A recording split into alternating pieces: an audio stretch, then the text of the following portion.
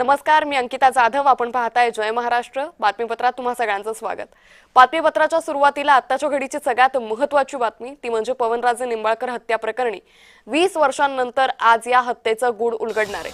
पद्मसिंह पाटील रुग्णवाहिकेतून न्यायालयात पोहोचले. मुंबईतल्या पंचतारांकित हॉटेलमध्ये मुक्कामाला होते. ओमराजे निंबाळकरही यावेळी सुनावणीसाठी उपस्थित असल्याचं पाहायला मिळतंय. त्यामुळे 20 वर्षांनी या घटनेची सुनावणी आज पार पडते. यावेळी पद्मसिंह पाटील यांच्यावरती या सगळ्या हत्येचा आरोप करण्यात आलेला आहे. तर राज्यातील बहुचर्चित पवनराजे निंबाळकर दुहेरी हत्याकांड प्रकरणासंदर्भात ही अतिशय महत्त्वाची सुनावणी आज पार पडते. 20 वर्षांनंतर पवनराजे निंबाळकरांच्या हत्येचा निकाल लागण्याची आज शक्यता आहे. मुंबई सत्र न्यायालयात या सगळ्या हत्येप्रकरणी सुनावणी पार पडते. यावेळी खासदार ओमराजे निंबाळकर हे संपूर्ण कुटुंबासह सुनावणीसाठी उपस्थित असल्याचं पाहायला मिळतंय. तर निंबाळकर आणि काझी कुटुंब सध्या या न्यायालयामध्ये पोहोचल्याचं पाहायला मिळतंय. तर पवनराजे निंबाळकर यांचे चालक समद काझी यांचाही या गोळीबारात मृत्यू झाला होता. 20 वर्षांनंतर या खून खटल्याचा आज निकाल लागण्याची शक्यता आहे. या निकालाकडे संपूर्ण राज्याचं लक्ष लागलेलं आहे. तर पवनराजे निंबाळकर हत्या प्रकरणी अतिशय महत्त्वाची सुनावणी ही पार पडतीये.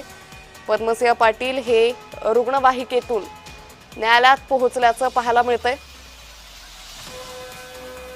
तर पवनराजे निंबाळकर दुहेरी हत्याकांड प्रकरणाच्या निकालाच्या अनुषंगानं पोलीसही सतर्क झालेत.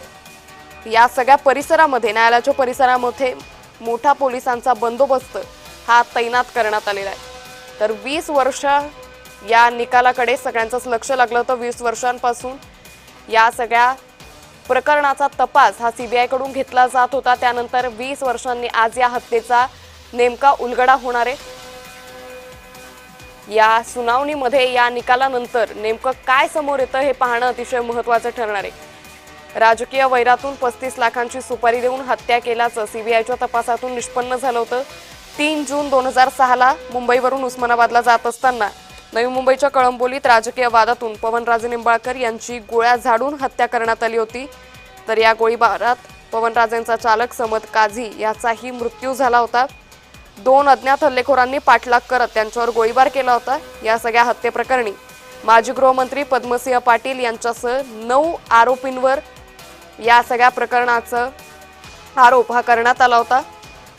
तर या प्रकरणी दिनेश तिवारी, पिंटू सिंग, छोटू पांडे यांच्यासह माजी नगरसेवक मोहन शुक्ला, उत्तर प्रदेशातील बसपा नेते कैलास यादव, शशिकांत कुलकर्णी, लातूर इथले सतीश मंदाडे, पारसमल जैन हे संशयित आरोपी आहेत.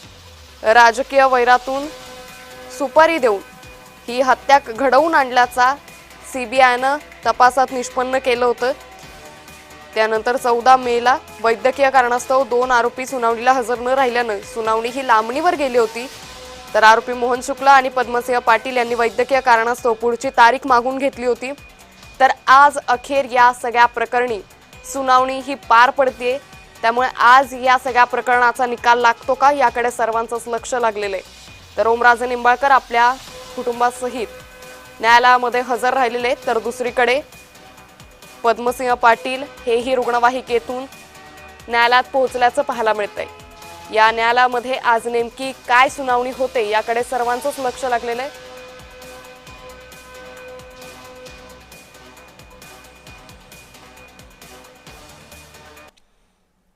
तर पवनराजे निंबाळकर हत्याकांडाचा आज निकाल लागतोय. 20 वर्षांनी या सगळ्या हत्येचा उलगडा होतोय.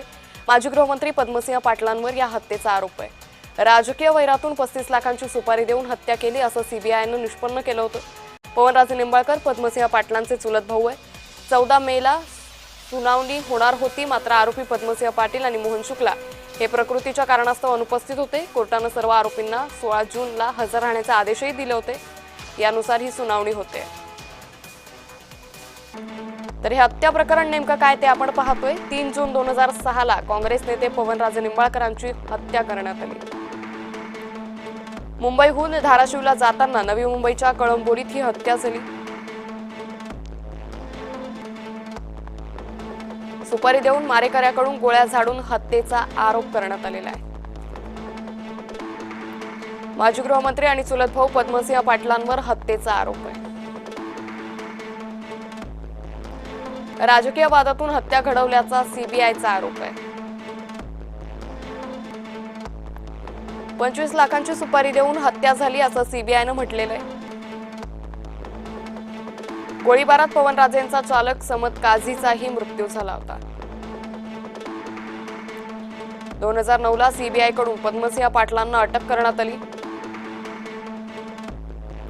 सप्टेंबर 2009 पासून पद्मसिंह पाटील जामिनावर बाहेर आहेत. पद्मसिंह पाटलांसह 9 आरोपींचा आज फैसला होण्याची शक्यता आहे.